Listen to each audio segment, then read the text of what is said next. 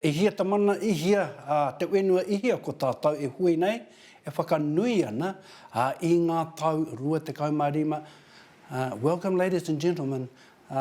We are celebrating the 25th year of Te Kore Mako and the awards that we have won from 2004 through to 2018. The most prestigious of them all is being Te Reo. E roi mata ka ngua, e roi mata ka riringi. Aha kua me pēhea nei ngā tohe, ko te auatanga iaia, ko te mene, ko te wakakatakata te auatanga, ngari ka tūtuki tonu, ka whaihua i roto i te taumahatanga o te wā.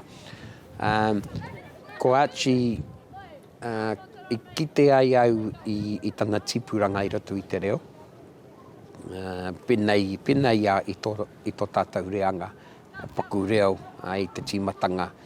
Nā katahi, ko waimari ia ko te hunga pērā i a wirangi, moku i a teru, tērā momo, tērā koroeke, koriro.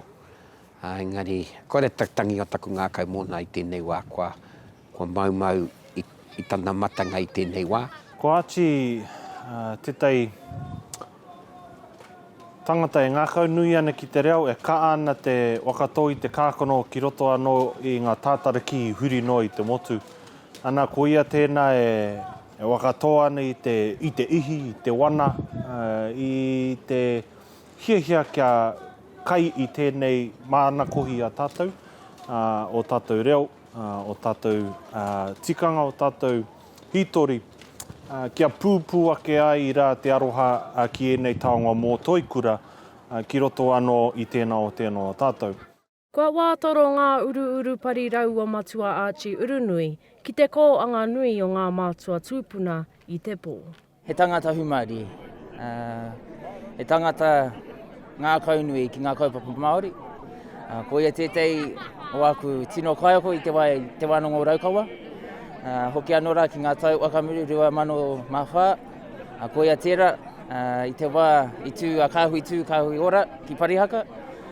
Ko ia tō mātou kai ko Rūmaki i taua wā tonu no reira katuka me mihi tōsika ki oia.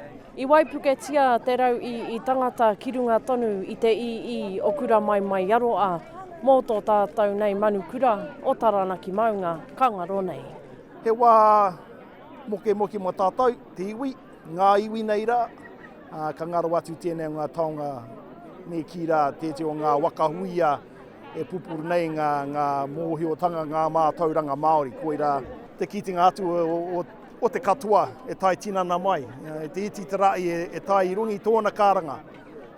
Koe rā te mana, te auatanga o tēnei o ngā rangatira tātātou me ki rā.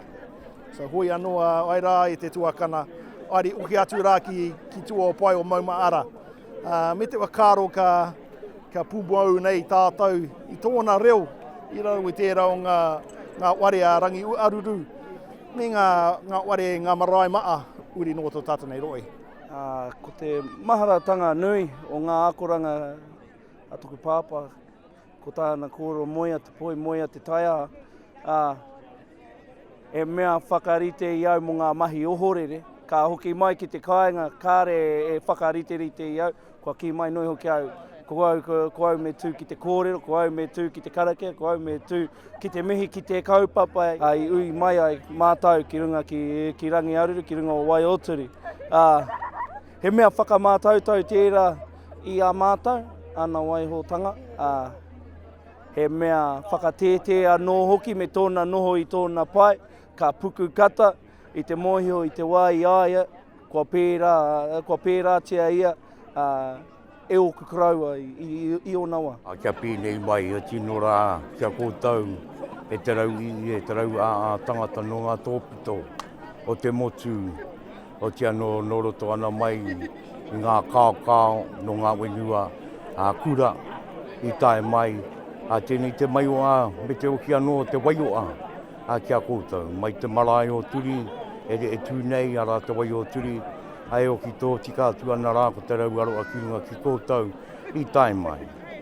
Weno kōtau ngā wakatua rangaranga, i eke mai ki runga ki tēnei o tātau. Ko ngā hono ngā kāwai wakapapa, ko ngā hono ngā i roto i ngā tau, i roto i ngā mai, ai mai a mai ai e āti anai te wāiaia. O tia nora e tūtau toko ake ana i a koutou kupu kairangi i uia.